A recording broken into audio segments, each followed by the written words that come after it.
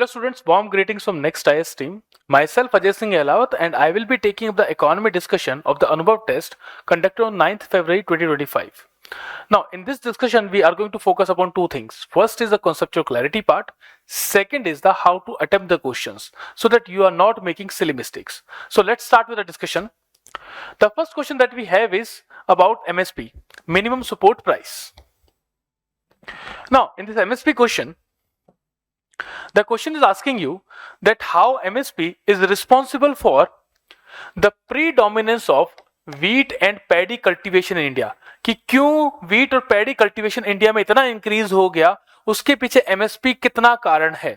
So the first statement that has been given as a reason is that while MSP is announced by the government for 22 crops, the procurement is done only for wheat and paddy. So देखो पहली statement में आपको दो चीजें देखनी है. एक तो ये कि इज दिस फैक्ट राइट और रॉन्ग, क्योंकि ये बेसिक फैक्ट है एमएसपी के बारे में, हमें पता होना चाहिए कितनी क्रॉप्स के लिए दिया जाता है. सेकंड थिंग इज दैट क्या सिर्फ व्हीट एंड पैडी के लिए ही दिया जाता है. So there is a element of conceptual clarity as well as knowledge part involved here. So if we see for the MSP, the MSP is provided for 22 crops. तो पहला statement तो सही है यहाँ पे, एंड ये है आपकी वो 22 क्रॉप्स जिसके लिए एमएसपी प्रोवाइड किया जाता है bye government of India. Now, the first part becomes correct here. Second is that it is done only for wheat and rice or wheat or paddy. This statement is wrong because MSP is provided for other crops as well, and procurement is also done for other crops as well. So पहला statement तो हो जाता है wrong. Second, MSP for wheat and paddy typically provides higher returns over the cost of production compared to other crops. So the statement wants to say कि MSP जो wheat and paddy पे provide किया जाता है उस पर return ज्यादा मिलता है. So let's see कितना रिटर्न मिलता है उसके ऊपर. See, for paddy the return is 50%.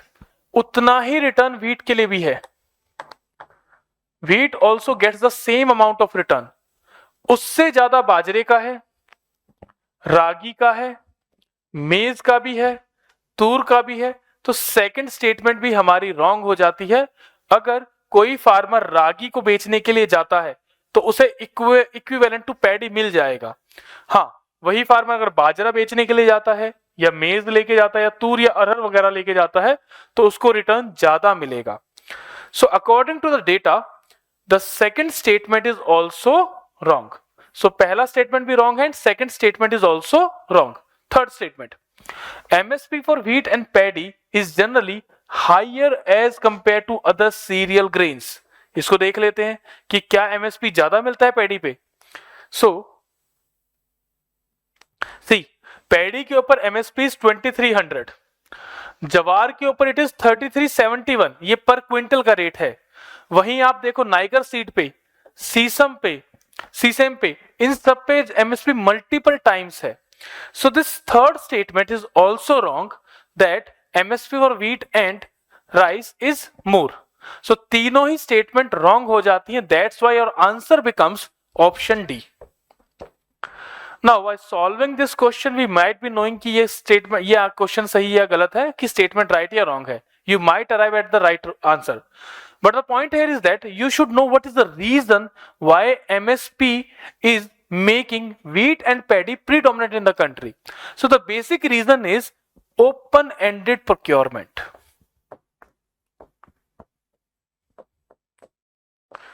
The basic reason is open-ended procurement. इसकी वजह से wheat और राइस जो है वो फेवरेट हो जाते हैं फार्मर्स की, क्योंकि जितना आप लेके जाओगे उतना ही गवर्नमेंट आपसे वो ले लेगी. तो आपके पास कुछ भी नहीं बचेगा रखने के लिए, कहीं और बेचने के लिए. That means you are able to sell all the produce of your agriculture farm. तो that's why the paddy and rice, the paddy and wheat have become an important crop with respect to getting MSP. So that's why our cropping pattern is also getting disturbed. Now next question is question number 9. Question number 9 is about the Reserve Bank of India is or are likely to increase liquidity in the banking system. I hope everyone knows about what is liquidity. Liquidity is कि cash flow economy में बढ़ाया जाए. तो how to increase that cash flow? The first statement is increase the standing deposit facility rate. Now what is this standing deposit facility? RBI ने recently 2022 एक नई scheme introduce की थी जिसका नाम था स्टैंडिंग डिपॉजिट फैसिलिटी। ये एक शॉर्ट टर्म डिपॉजिट फैसिलिटी है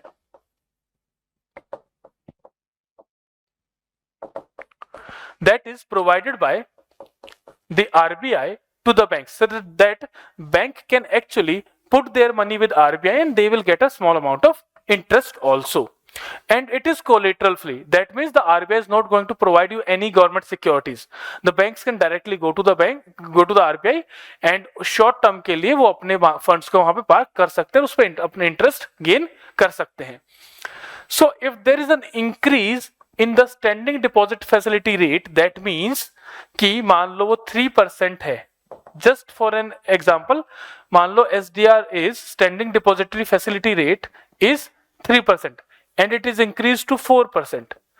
अगर कोई भी बैंक मान लो 1000 करोड़ rupees park करता है तो he might be getting the rate the interest at 3%. Now it has been increased so that bank will be getting the interest at the rate of 4%. So it is actually decreasing the liquidity instead of increasing the liquidity. So this statement becomes wrong here. तो जब भी आप किसी statement को right या wrong करोगे तो you should have a logic behind that कि क्यों वो स्टेटमेंट सही है, क्यों वो स्टेटमेंट रॉन्ग है, specially with respect to conceptual questions. Now second is foreign exchange rate exchange swap by RBI. Again a new term is introduced, foreign exchange swap. देखो foreign exchange swap क्या होता है? It is कि RBI says कि for example this is RBI and there are banks like SBI, Axis Bank, ICICI, multiple banks are there. They are having some dollars and RBI say please give me these dollars and I am going to give you rupees. So what is RBI is doing? RBI is actually increasing liquidity in the economy. RBI इसका उल्टा भी कर सकता है. RBI can say कि I will give you dollars, you give me rupee. तो उस case में वो लिक्विडिटी को डिक्लाइन कर रहा है. बट इस केस में होता क्या है कि ये टू वे है, ये लिक्विडिटी इंक्रीज भी कर सकता है और डिक्रीज भी कर सकता है. So that's why this answer becomes wrong here. So this again is wrong because you have to be definite कि इंक्रीज करेगा ही. ये किसी भी तरीके से जा सकता है, तो हम इसको एक ऑप्शन नहीं मान सकते कि ये लिक्विडिटी को इंक्रीज करेगा. Third one is decrease in the reverse repo rate. Reverse repo rate again वही है कि the banks like SBI they are putting their funds with RBI, and when they put their funds with RBI so they are going to get some interest. Now if this interest rate is decreased तो होगा क्या? SBI will think why shouldn't I provide this amount as loan to the market जहां से मैं better interest earn कर पाऊंगा. तो what the RBI is doing?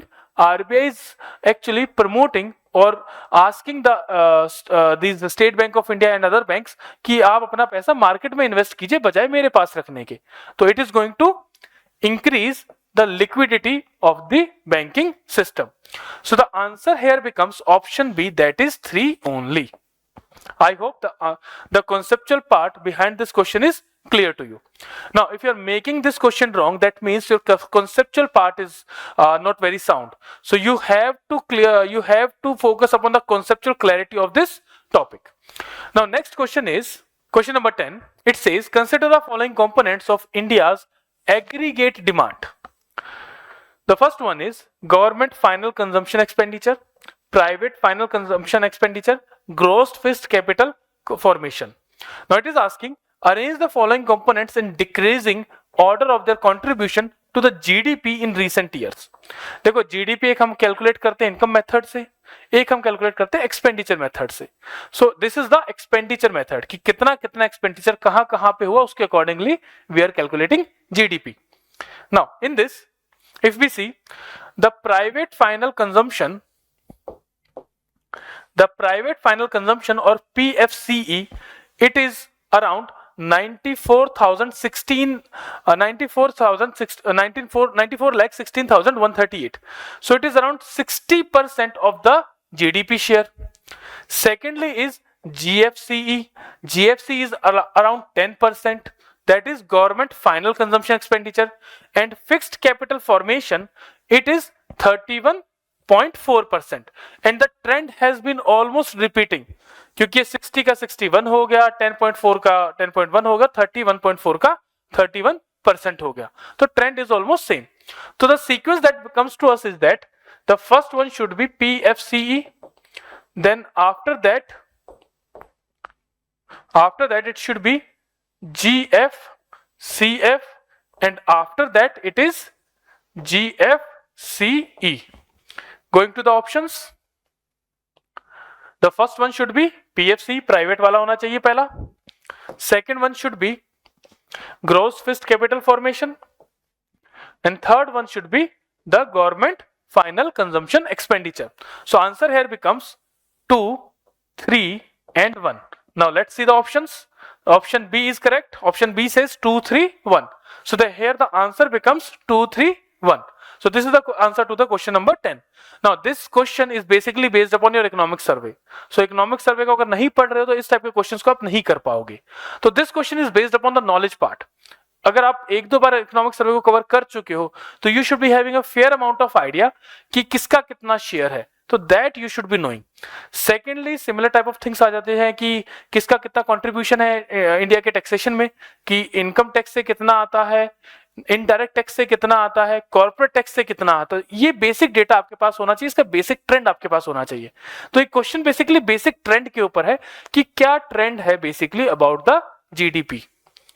Now third one is about money market. First statement here is money market instruments are purely debt based, while capital market instruments include debt and equity financing. Now question is about financial markets, and this question is from your core area. तो इन questions को आप गलत नहीं कर सकते, they are conceptual based question. The first statement here, the first part here is कि financial market के कौन से एलिमेंट्स होते हैं. The first element here we have is money market. Second element is capital market. Money market में क्या क्या आएगा? Organised money market and unorganised money market. वही कैपिटल मार्केट में क्या आएगा? डेप्ट मार्केट एंड इक्विटी मार्केट. यही पूछा भी गया है फर्स्ट स्टेटमेंट में कि कैपिटल मार्केट के अंदर डेप्ट मार्केट भी होती है और इक्विटी मार्केट भी होती है. So the first statement should be right. Secondly, what is money market and what is capital market? Money market में क्या होता है? The funds are given for a shorter period of time. For example 81 days के लिए हो गया, या 91 days के लिए हो गया, 181 डेज के लिए हो गया, या एक साल से कम के लिए हो गया, तो हम उसको काउंट करते हैं मनी मार्केट के अंदर. अगर फंड्स लॉन्ग टर्म के लिए दिए जा रहे हैं तो वो आ जाता है कैपिटल मार्केट के अंदर. Now coming back to the question, the first statement says money market instruments are purely डेप्ट based. Absolutely right. Whereas capital market includes both debt and equity financing. This statement is correct here. Second, the money market investments generally carry higher risk as compared to the capital market investment. Now see, money market is basically for less than 1 year, short term के लिए है, and capital market is for long term, 5 साल, 7 साल, 10 साल, 15 साल के loan के लिए है. तो यू डोंट नो कि 10-15 साल के बाद क्या होने वाला है, तो रिस्क किस में ज्यादा हुआ? The risk is more in the capital market as compare to the money market.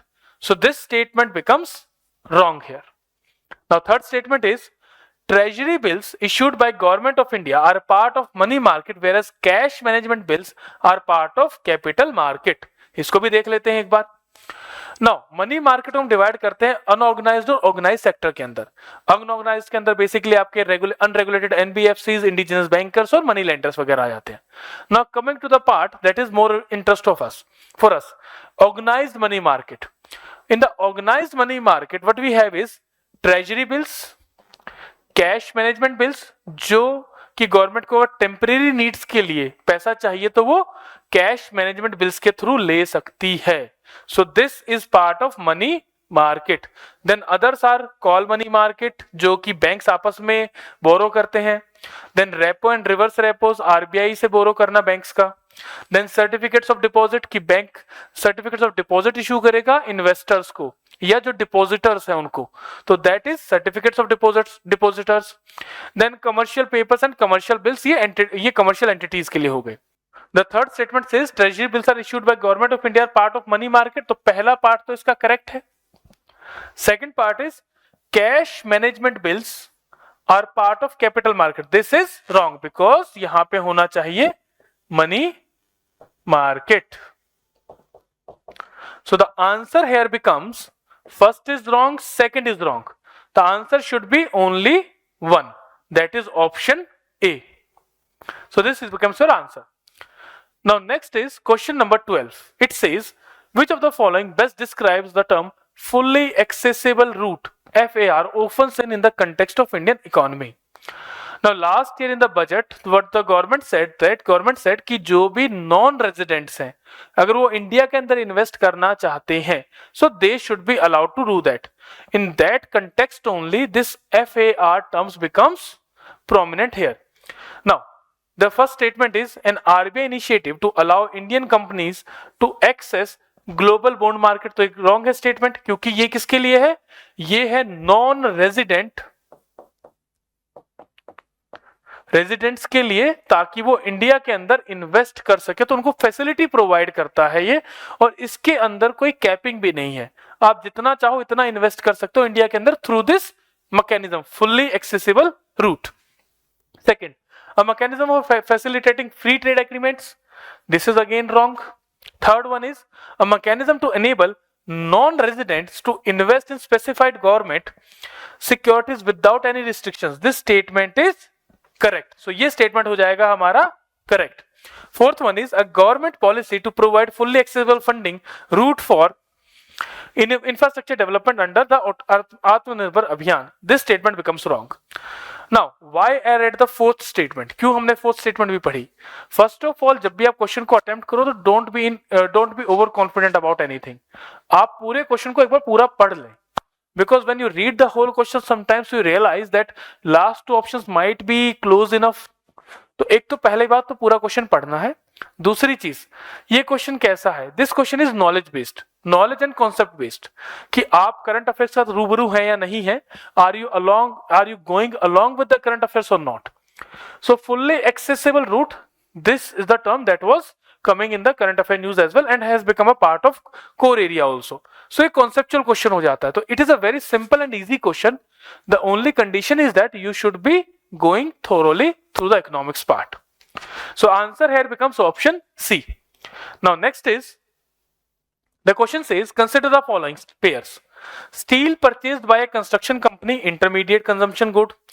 Then next is about final consumption good, that is vehicle purchased by logistic company, and उसके बाद आता machinery purchased by a manufacturing firm, that is capital good. तो पहले हम एक बार देख लेते हैं कि हम गुड्स को क्लासिफाई कैसे करते हैं, उसके बाद इस क्वेश्चन को सॉल्व करेंगे.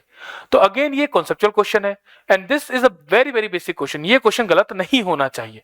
अगर ये क्वेश्चन गलत होगा तो सिली मिस्टेक से होगा. आई विल टेल यू कहां पे आप सिली मिस्टेक कर रहे होगे. सी, गुड्स को हम तीन पार्ट्स में डिवाइड कर सकते हैं. First is raw material, second is intermediate goods, third one is finished और फाइनल प्रोडक्ट्स. देखो रॉ मटेरियल क्या है कि for example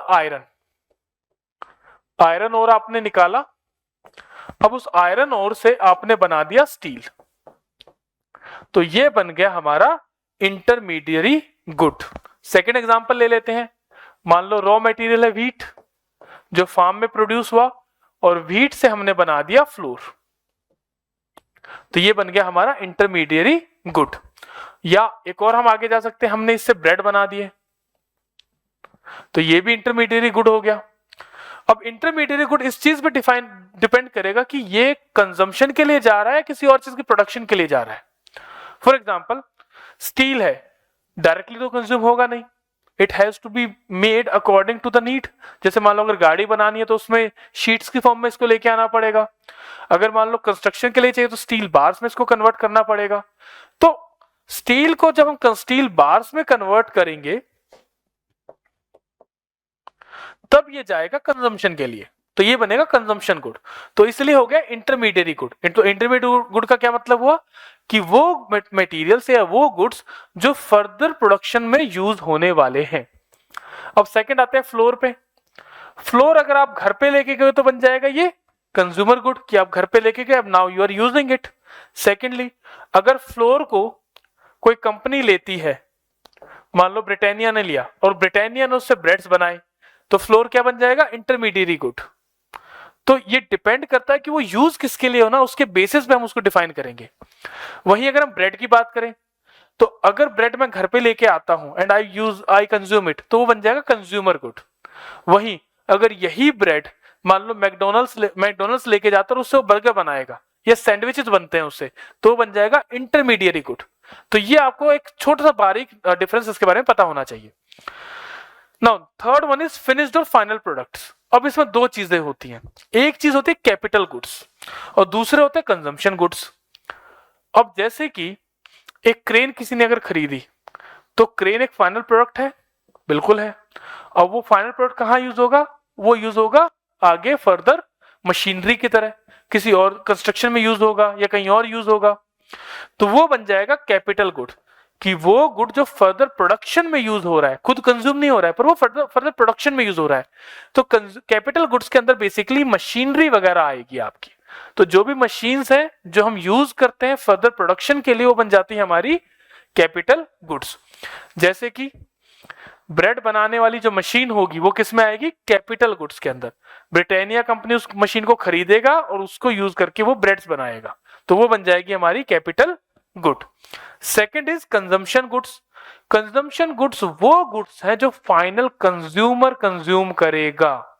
I am repeating it again, consumer goods are those goods which the final consumer is consuming.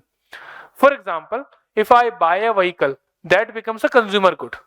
वही अगर मान लो मेरी transportation की कोई कंपनी है और वो व्हीकल को बाय करेगी, तो वो बन जाएगा कैपिटल गुड, क्योंकि वो फर्दर किसी और चीज में काम यूज होने वाला है, वो फाइनल कंजम्पशन में यूज नहीं होने वाला। तो जब भी कोई पर्सनल यूज के लिए किसी चीज को लेगा, तो किस में आएगा? कंजम्पशन गुड में। कोई भी चीज इसलिए यूज हो रही है ताकि उससे कुछ और बनाया जा सके, तो बन जाएगा capital good. Okay, now let's go back to the question. The question here says कि steel purchased by a construction company. तो अगर स्टील कंस्ट्रक्शन कंपनी ने परचेज किया तो उससे क्या करेगी? वो बिल्डिंग बनाएगी, तो obviously it is intermediate good, तो ये सही हो जाएगा। Second, vehicle purchased by a logistic company, तो ये बोल रहा है फाइनल कंजम्पशन गुड। तो अभी हमने देखा था कि जो भी आपका फाइनल गुड होगा वो दो तरह से डिवाइड होगा, एक होगा कंजम्पशन के लिए, एक होगा एज ए कैपिटल गुड। तो देखो, जब लॉजिस्टिक कंपनी ने किसी व्हीकल को बाय किया तो किस लिए यूज करेगा? वो यूज करेगा इसको कैपिटल गुड्स की तरह, कि उसको ट्रांसपोर्टेशन में यूज करेगा। तो ये स्टेटमेंट हमारी हो जाती है wrong, because it is a final capital good, not a final consumption good. Third one is machinery purchased by manufacturing firm, that is a capital good. Yes, it is a capital good. वो ऊपर वाला logic इस पे लग जाएगा। So answer here should be second one should be wrong. तो ये second को हम wrong कर देते हैं। So answer becomes option C, that is 1 and 3 only. Now from the analysis point of view, this is a very simple and a very basic question, जो कि अपने conceptual clarity test करता है, वो भी at a very low level. तो this question should not be wrong. अगर ये क्वेश्चन गलत हो रहा है तो you should try to revisit this topic from the conceptual point of view. Now next question we have is with reference to India's external trade in the financial year 2023-24 consider the following statement.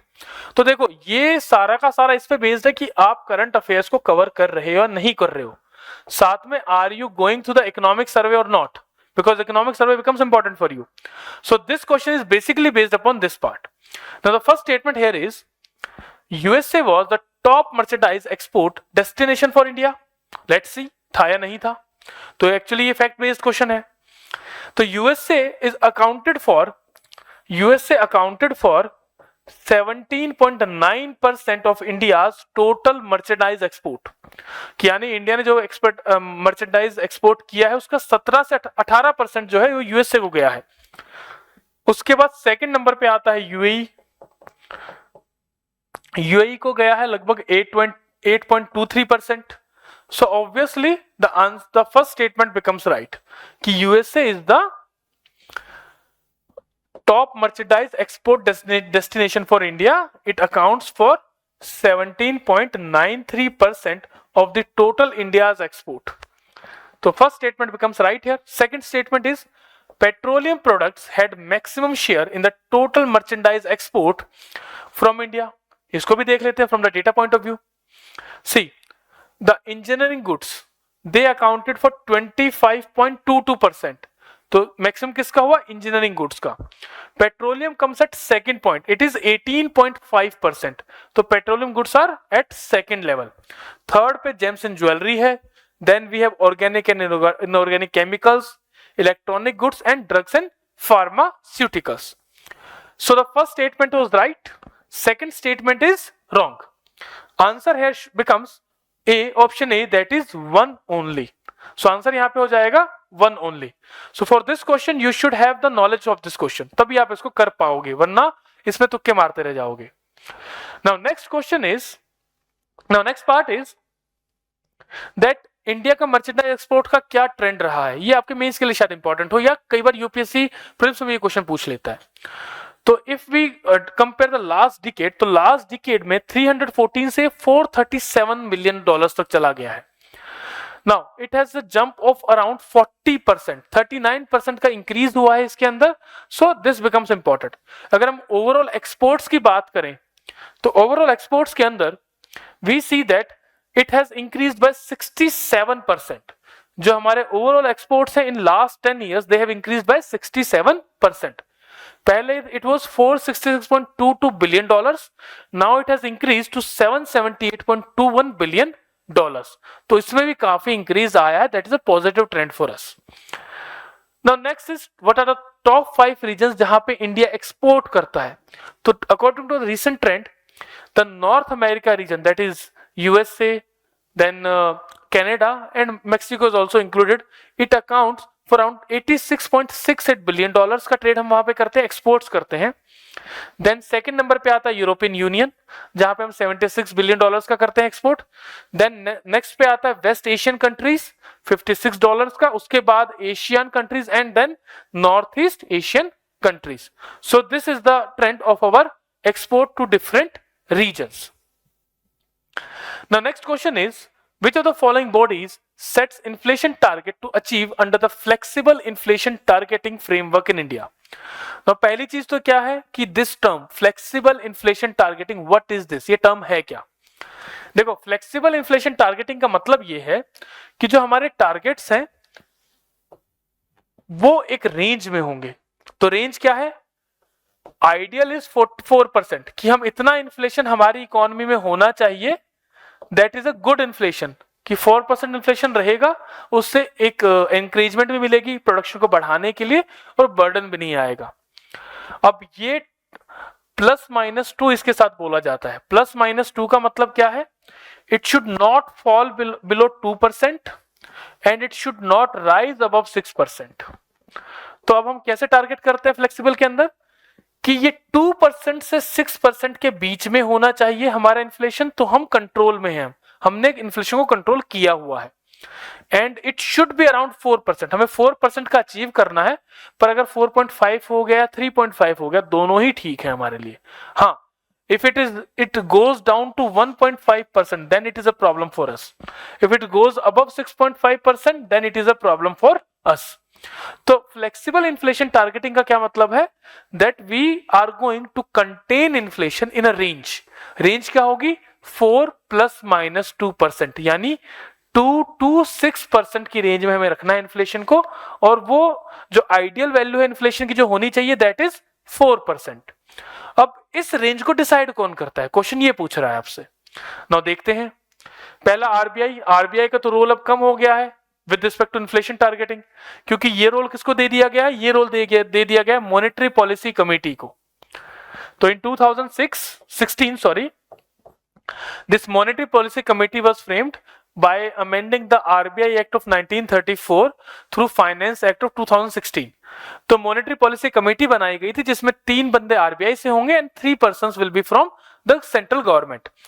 Then RBI persons will include RBI governor, deputy governor and one more person nominated by the RBI itself.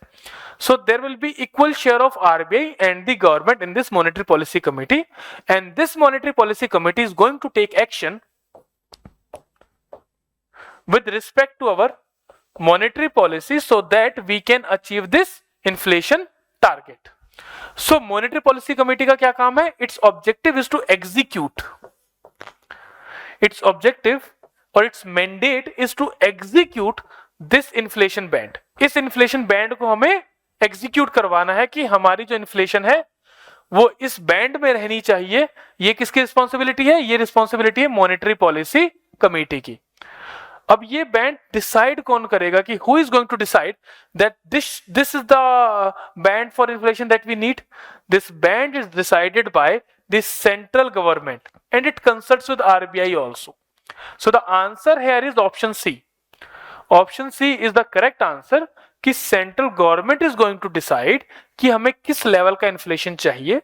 वो level वो monetary policy committee को बोलेगी कि हमें इस band के अंदर inflation चाहिए. सो मॉनेटरी पॉलिसी कमेटी का काम क्या है? To execute the target given by the central government with respect to flexible inflation targeting. I hope this part is clear to you. So the answer here becomes option C. Now next question is question number 55. Question says, consider the following statement with respect to turmeric. Turmeric का मतलब समझते हैं सब लोग? हिंदी हल्दी. तो it is haldi and it has medicinal properties as well. So first statement is India is the largest producer and exporter of turmeric in the world. This statement is right. Why?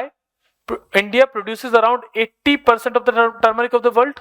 Secondly, it has a share of 62% in the world trade. India actually is the largest producer as well as the largest consumer of turmeric. तो 80% हम जितना production होता है world में 80% is produced by us only and in the world trade we have a share of 62%. So first statement is correct here. Second, Kerala is the largest turmeric producing state in country. That statement is again wrong. ये क्यों गलत है? Because Maharashtra leads in turmeric production. Kerala तो बहुत पीछे आता है उसमें. So this second statement becomes wrong. Why? Because Maharashtra is the leading producer. Now, ये जो question है, this question has been framed with respect to current affairs. Because recently एक national turmeric board बनाया गया है जिसके context में इस question को पूछा गया है. So this is a current affair based question. And why? Because a national turmeric board has been framed जो कि turmeric exports को improve या increase करने में help करेगा by increasing awareness and various other mechanisms. Now third statement is about this turmeric board itself. It says National Turmeric Board comes under the administrative control of the Ministry of Agriculture. अब यही एक चीज समझने की है कि turmeric है because it is a agricultural crop. तो ये मिनिस्ट्री ऑफ एग्रीकल्चर के अंदर होगी या नहीं होगी? पॉसिबिलिटी तो है कि it should be there and it is a obvious choice. Secondly, इस बोर्ड का जो मैंडेट है वो मैंडेट ये बोलता है कि हमें टर्मरिक की जो ट्रेड है उसको इंक्रीज करना है. We have to increase our exports. और वो एक्सपोर्ट कब इंक्रीज होंगे? जब हम दूसरी कंट्रीज में प्रमोट करेंगे कि टर्मरिक अच्छा है. जैसे कोविड-19 के टाइम पे टर्मरिक की डिमांड बढ़ गई थी because it has medicinal properties. वो हमारी इम्यूनिटी को इंक्रीज करने में हेल्प करता है. वो बैक्टीरिया एंड अदर वायरसेस को फाइट करने में हेल्प करता है. So the objective of turmeric board is to increase the trade in turmeric, to increase awareness about turmeric. So this board is formed under Ministry of Commerce and Industry. So this statement becomes wrong here. So answer तो आ जाएगा option A, that is only one is correct. The takeaways from here is that current affair आपको देखना था. Secondly, ये confusing हो सकता है कि मिनिस्ट्री ऑफ एग्रीकल्चर है या ministry of commerce and industry है. सो इन चीजों के ऊपर आपको ध्यान देना कि जहां पे भी आपको लगे कंफ्यूजन हो सकती है उन बोर्ड्स का या उन चीजों का आप ध्यान जरूर रखें. Now answer here is option A, that is only one. Now next statement is question number 57. It says consider the following factors: depreciation of rupee, decrease in CRR, increase in GST on essential goods, increase in government spending on welfare schemes, and decrease in income tax rates. How many of the above factors are likely to have a direct impact on increasing the supply. Look at the term here, supply side inflation. Now ये term important है कि supply side inflation कौन सी होती है. देखो there are two types of inflation basically. एक हमारी होती है डिमांड पुल इन्फ्लेशन, कि डिमांड इंक्रीज होगी जिसकी वजह से इन्फ्लेशन होगा. Second is cost push inflation. This cost push inflation is your supply side inflation, क्योंकि किसी चीज की कॉस्ट बढ़ गई, प्रोडक्शन कॉस्ट इंक्रीज हो गई तो इन्फ्लेशन होगी. फॉर एग्जांपल मान लो पेट्रोल की कॉस्ट इंक्रीज हो गई तो ऑब्वियसली लॉजिस्टिक की कॉस्ट इंक्रीज होगी. अगर मान लो टायर्स की कॉस्ट या रबर की कॉस्ट इंक्रीज हो गई तो टायर्स की कॉस्ट भी इंक्रीज होगी. तो ये क्या हुआ, ये हुआ कॉस्ट पुश इन्फ्लेशन, कि कॉस्ट बढ़ने की वजह से इन्फ्लेशन आ रहा है. डिमांड पुल इन्फ्लेशन इज कि डिमांड इंक्रीज होने की वजह से इन्फ्लेशन आ रहा है. Now first one is depreciation of रूपी. देखो अगर रूपी डेप्रिशिएट होगा तो इससे क्या होगा, if the rupee is depreciating, देखो depreciation of rupee is always in the context of foreign currencies. In the context of foreign currencies, we say कि rupee is appreciating or depreciating. Now, if the rupee is depreciating, it's obvious that the crude oil, which is the essential item that we are importing, is going to increase. Its price is going to increase. तो crude oil के prices increase होंगे. That means the energy price is going to increase. और अगर energy price increase होगा तो क्या होगा? There is going to be a cost push inflation. That is a supply side inflation होगा. So first statement becomes right here. Second, decrease in cash reserve ratio. देखो cash reserve ratio decrease करने से क्या होगा? Liquidity is going to rise. What is going to rise? The liquidity is going to increase. जब liquidity increase होगी तो उससे क्या होगा? When liquidity is increasing, तो it is actually leading to more demand, क्योंकि people are having more money with them. So it is leading to demand pull inflation, not cost push inflation. तो inflation तो ये बढ़ाएगा, but ये demand pull inflation बढ़ाएगा, cost push inflation नहीं बढ़ाएगा. तो it is contributing in another way. तो ये डिमांड पुल के टर्म्स में कंट्रीब्यूट करेगा. सो this statement becomes wrong here. Third one, increase in GST on essential goods. अब जीएसटी अगर एसेंशियल गुड्स पे इंक्रीज करेंगे तो क्या होगा? एसेंशियल गुड्स का मतलब आप सिंपल ले लीजिए, crude oil. When we are increasing GST on crude oil, what is happening? It is leading to increase in the price of the crude oil. यानी essential goods की price increase हो गए. When they are increasing, what is going to happen? It is going to lead to the cost push inflation, क्योंकि cost of production बढ़ जाएगा वहां पे. So that's why this statement again is correct. Third one, increase in government spending on welfare schemes. जब government spend करेगा welfare schemes में तो what is going to happen? It is going to increase the liquidity. Liquidity increase होने से क्या होगा? Demand is going to increase, और demand increase होने से there will be a demand pull inflation. So that again means that this is not a correct option to select, because ये demand pull inflation को increase कर रहा है, ना कि कॉस्ट पुश इन्फ्लेशन को. Next, decrease in income tax rate. Income tax rate decrease करने से क्या होगा? It is going to increase the disposable income. Disposable income increase होगी. इसके इंक्रीज होने से लिक्विडिटी इंक्रीज हुई, लिक्विडिटी इंक्रीज होने से डिमांड इंक्रीज हुई, डिमांड इंक्रीज होने से डिमांड पुल इन्फ्लेशन हुआ. So this statement again is wrong. So इस क्वेश्चन में सिली मिस्टेक्स करने के बहुत चांसेस हैं, बिकॉज आप क्वेश्चन को अगर सही से नहीं पढ़ोगे ढंग से, then it's obvious that you are going to mark a wrong answer. So please read the question carefully and go according to the demand of the question. That will be helpful for you. So if you are making this question wrong, there are only two possibilities. First of all, या तो आपके concepts clear नहीं है. Second is that you are in a rush. आप जल्दी जल्दी करने के चक्कर में you are making mistakes, and these mistakes actually cost you very highly, because ये वही क्वेश्चन जो बाकी स्टूडेंट्स करेक्ट कर रहे होंगे, आप उसको रॉन्ग कर रहे हो. तो you should not be making silly mistakes. That is the first rule for clearing the exam. Now next question is question number 58.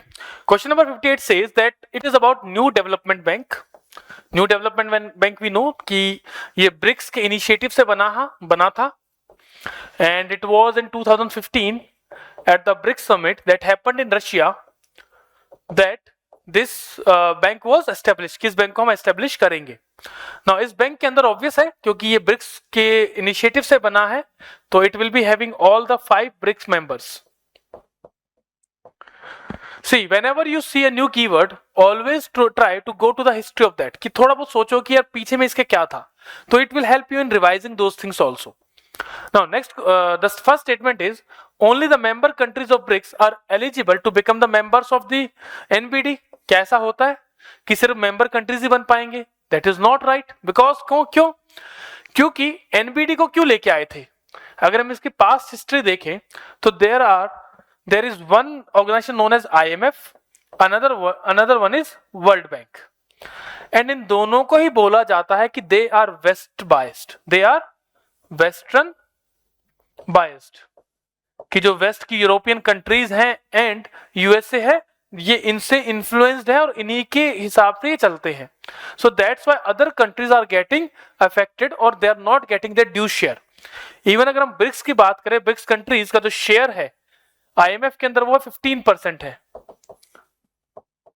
उसी के अकॉर्डिंगली वोटिंग राइट्स भी होते हैं. पर अगर हम इकोनॉमी के पर्सपेक्टिव से देखें तो इकोनॉमी की सिनेरियो काफी हद तक चेंज हो चुका है.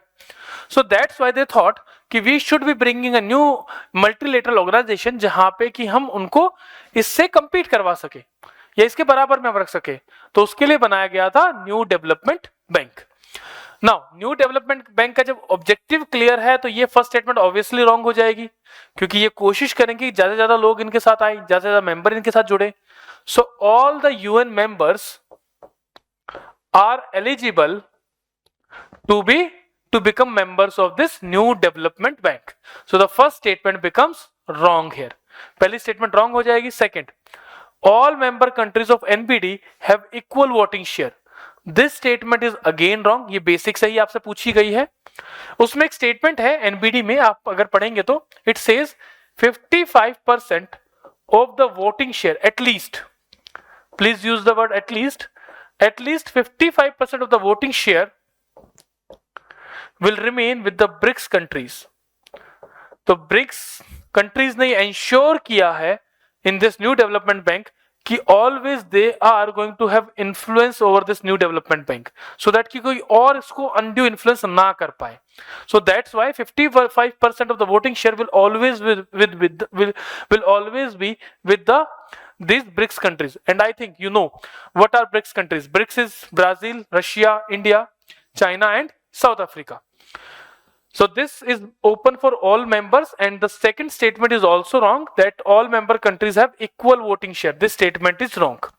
एक यूनिक बात इस बैंक के बारे में ये भी है कि यहाँ पे कोई वीटो पावर नहीं है. There is no veto power with this bank. So this is another unique statement, and its headquarters are in Shanghai. Shanghai, China. The headquarters are in Shanghai, China. So thoda basic you have to always remember about these things. Now the answer here becomes option D, that is neither one nor two is correct.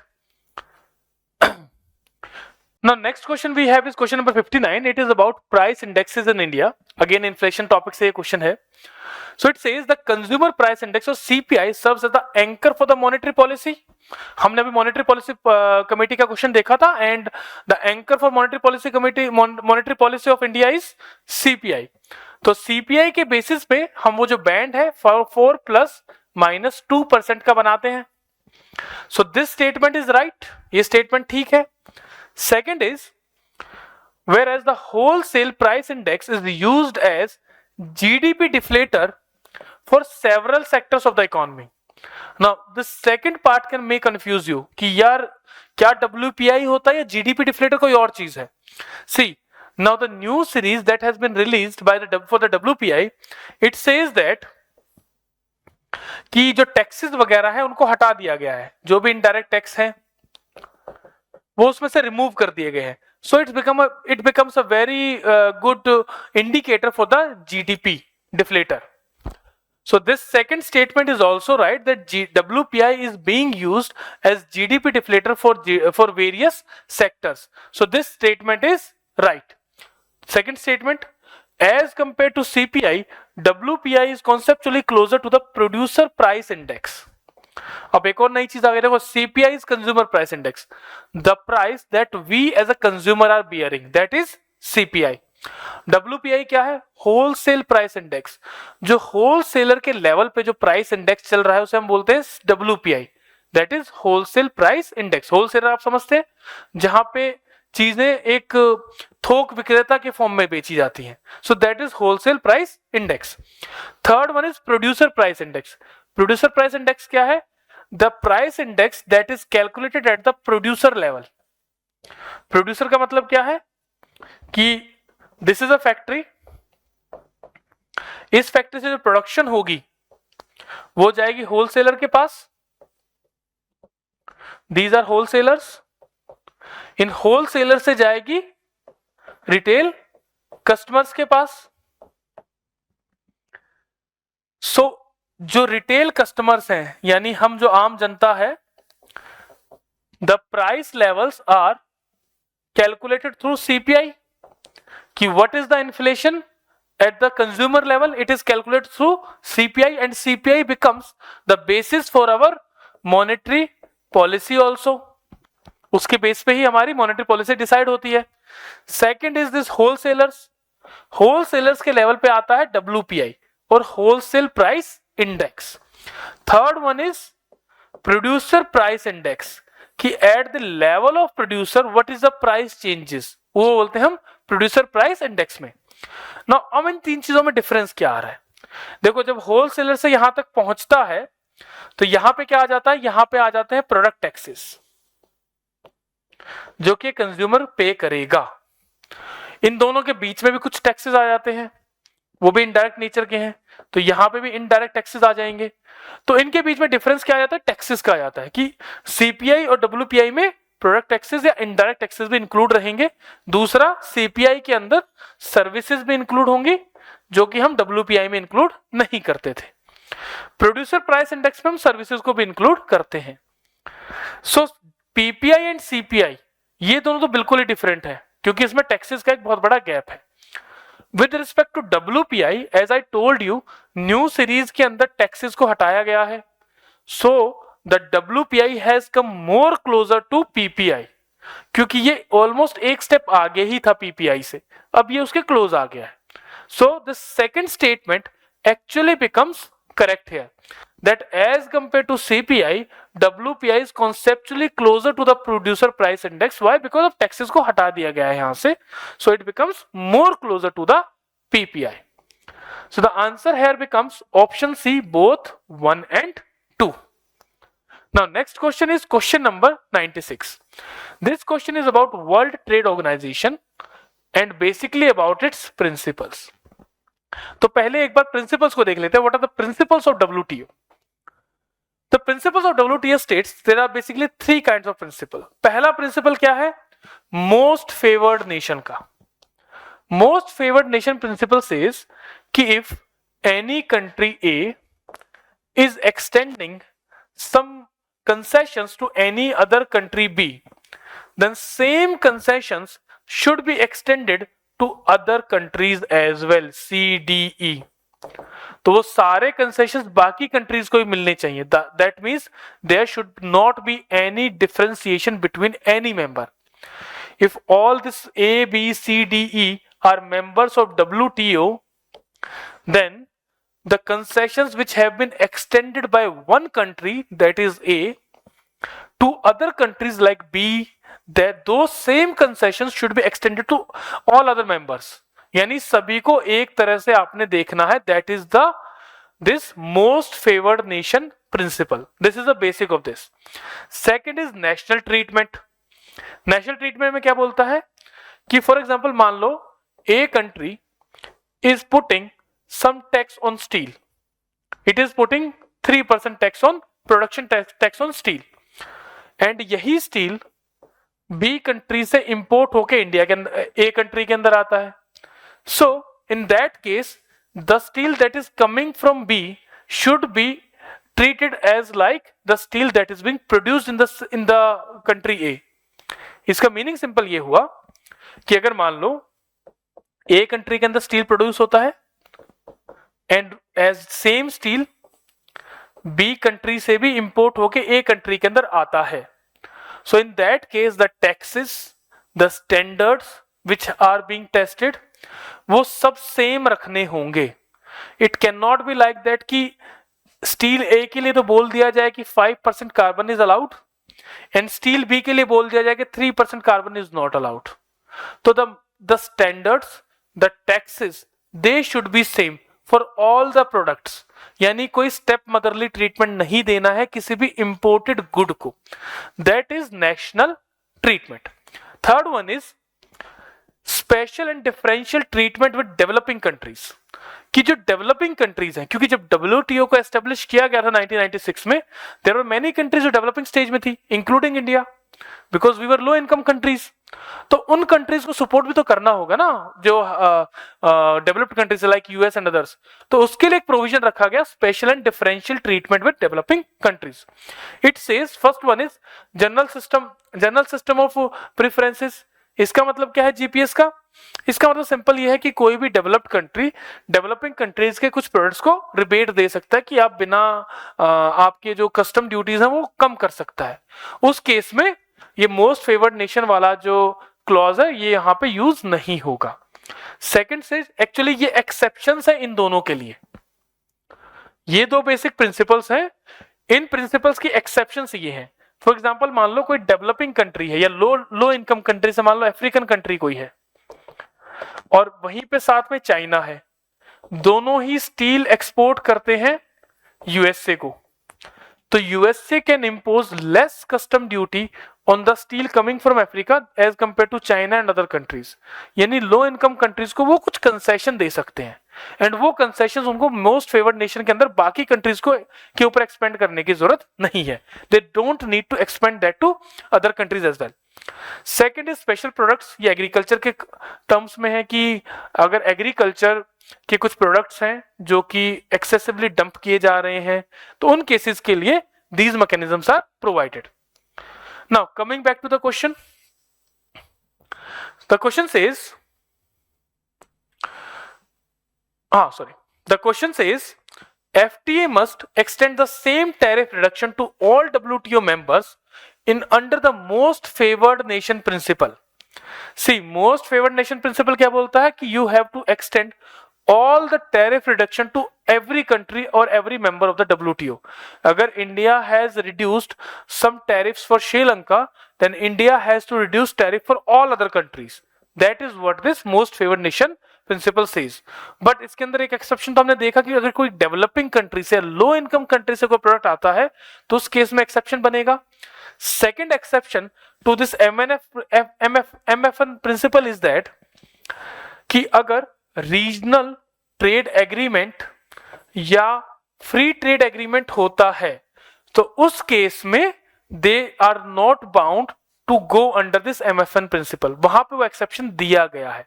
So this first statement becomes wrong.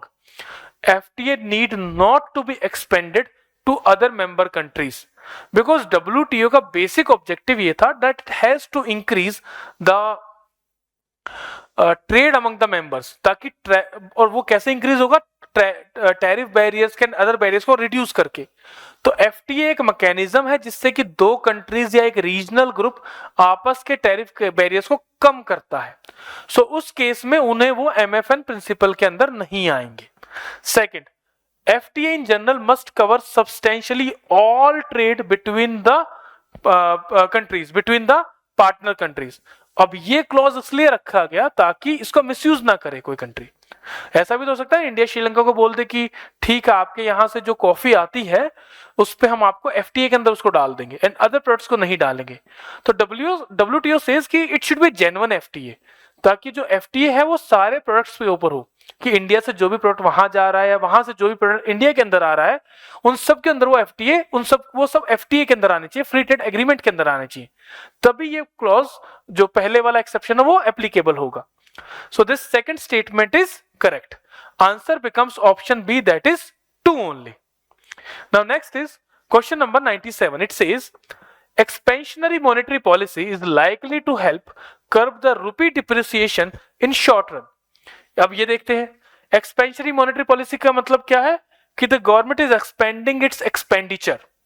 तो expansionary monetary policy का मतलब क्या हुआ कि the RBI is allowing for increase in liquidity, for increase in liquidity. और वो कैसे होगा?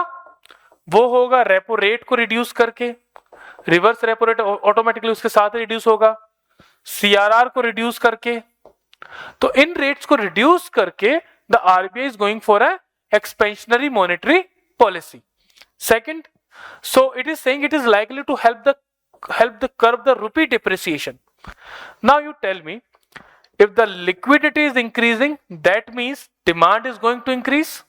If demand is increasing, that means inflation is increasing. Obviously रुपी की सप्लाई बढ़ गई है. अब जब इन्फ्लेशन इंक्रीज हुआ तो इसका मतलब क्या है? The rupee value has decreased. So how it is going to help in in curbing rupee depreciation? It will actually be contributing to the rupee depreciation. तो जब भी एक्सपेंशनरी मॉनेटरी पॉलिसी होगी तो रुपी विल डिप्रिशिएट, तो depreciation को help करेगा बजाय उसको कर्ब करने के. सो the first statement becomes wrong here. Second, expansionary monetary policy increases higher domestic investment. Obviously when people are having more money, they are going to have more demands and there will be more investment as well because everyone wants to invest. So this second statement becomes correct here. So answer automatically becomes option D, that is first statement is incorrect and second statement is correct. Again this is a concept based question and ये आप गलत नहीं कर सकते. You cannot afford to do these questions wrong. So you should be very much thorough with the concept so that these type of questions don't get wrong. और silly mistakes तो बिल्कुल गलत नहीं करना है.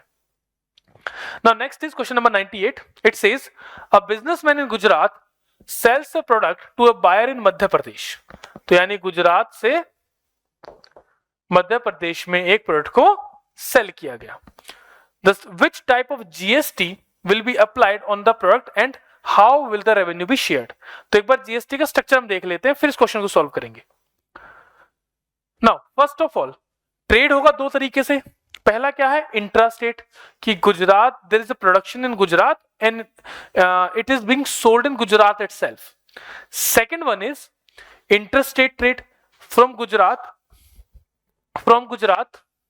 the goods are exported or goods are being sent to Madhya Pradesh, Rajasthan, Delhi, Bihar, northeastern state, Telangana, Tamil Nadu.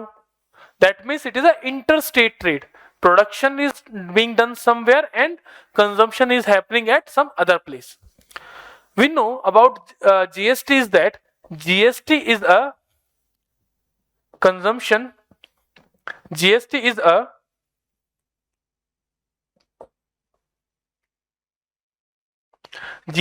destination based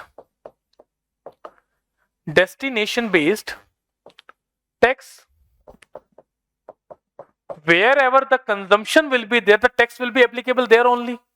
So it simply means कि if the production is in Gujarat and consumption is in Madhya Pradesh, then GST will be applied in Madhya Pradesh. So Madhya Pradesh government will be collecting the GST. There are two things. If the trade is interstate, if the trade is intrastate, then two type of GST are applicable. One is central GST, one is state GST. So we find two elements there. Now if the trade is intrastate, then integrated GST will be applicable. And this integrated GST, it will be divided between the center and the consuming state. Wherever the consumption is happening, that state is going to get the GST part, the second part of GST. So here the MP, Madhya Pradesh, should be getting the GST. If it was sent to Rajasthan, then Rajasthan will be getting the GST. So it is a destination based, not a origin based tax. Destination based tax means that wherever the product lands for final consumption, the tax will be applicable at that point. Origin based taxation means कि wherever the product is produced, वो पहले हुआ करता था, अब क्या है, it is a destination based tax. Wherever the consumption is happening, the tax will be paid at to that state. Now the question is, it is about GST. Gujarat sells to a buyer in Madhya Pradesh. C GST will be applied, obviously wrong. I GST has to be applied. I GST has to be applied, so C GST will be wrong here. Second, I GST will be applied, पहला statement, पहला part सही है, and the revenue will be shared between center, that is also right, and Gujarat state, this becomes wrong. In place of Gujarat, it should be Madhya Pradesh. Third, I GST will be applicable, this is correct, and the revenue will be shared between center, right, and Madhya Pradesh government, this is right. So C option becomes right here. Last भी देख लेते हैं, C GST and I GST will be applied and the revenue will be shared between the centre, Gujarat and Madhya Pradesh. This statement is again wrong. So the answer here becomes option C, that is IGST will be applied and it will be shared between center and the consuming state, which is Madhya Pradesh here. So with this we conclude the discussion part for the economics here. If you have any doubts, you can feel free to reach to us, and I hope it would have been helpful for you. Secondly, while attempting the questions, always try to not make silly mistakes, and conceptual clarity should be there. Thank you very much.